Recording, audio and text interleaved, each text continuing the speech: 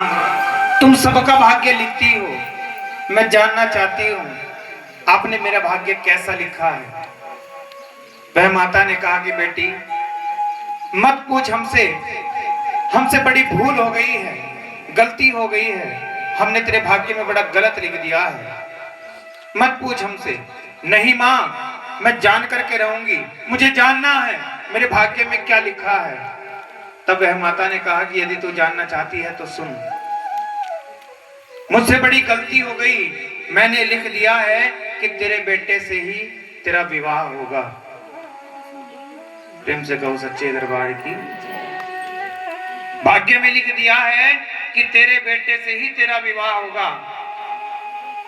अब वो लड़की, उसने संकल्प लिया कि आज के बाद मैं किसी पुरुष का चेहरा नहीं देखूंगी, यदि पुरुष का चेहरा नहीं देखूंगी तो विवाह नहीं होगा। संकल्प ले ले, प्रतिज्ञा ले ली, आज के बाद किसी पुरुष का चेहरा नहीं देखूंगी।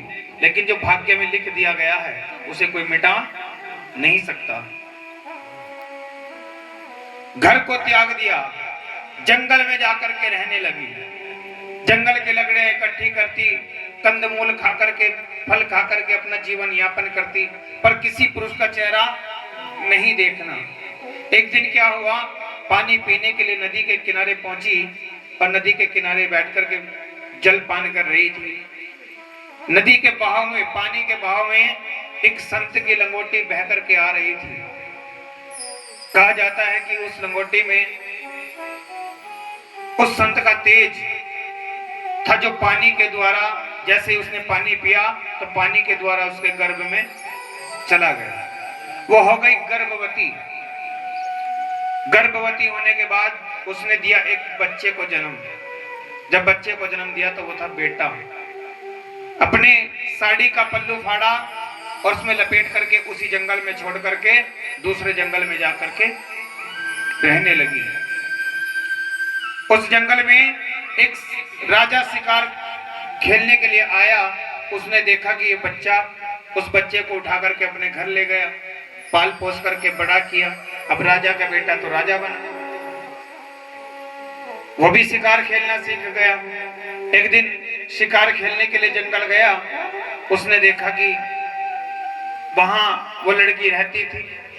अब दोनों आपस में मिले, दोनों को हो गया प्रेम, दोनों ने कर ली शादी। शादी करके जब वो लड़की घर अपने ससुराल गई, जाकर के उसने देखा तो वहां वो कपड़ा टंगा था, जिस कपड़े में वो बच्चा उसने लपेट करके छोड़ा था। अपने सासू माँ से कहा कि सासू माँ ये कपड़ा, सासू माँ ने कहा कि जिससे तुम्हारी शादी हुई है ये हमारा बेटा नहीं है, ये हमें इसी कपड़े में जंगल में लिपटा हुआ मिला था, हम इसे उठा करके ले आए। आप होने को टाल नहीं सकते, जो भाग्य में लिख दिया गया है वो होकर के रहेगा। हाँ या ना? इसलिए मेरी माँ, ये जीवन मिला है, इस जीवन में सुख आ रहा है, दुख आ रहा, चिंता मत करो, जो होना है वो होकर के रहेगा।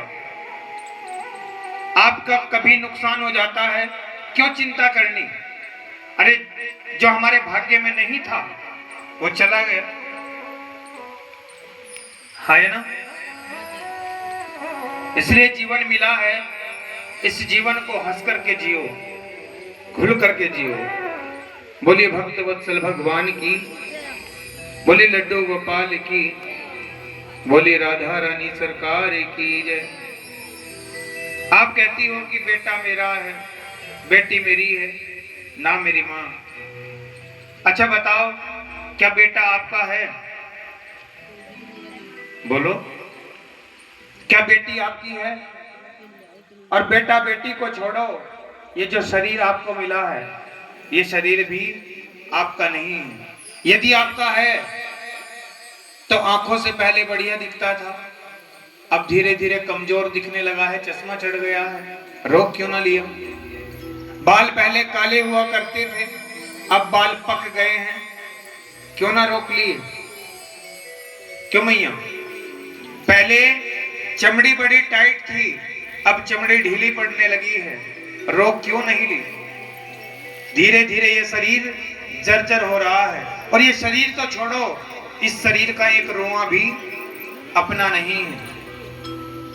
और सारी जिंदगी इंसान इसी घमंड में मर जाता है कि ये मेरा है, ये मेरा है, ये मेरा है, ये मेरा है। हाँ है ना।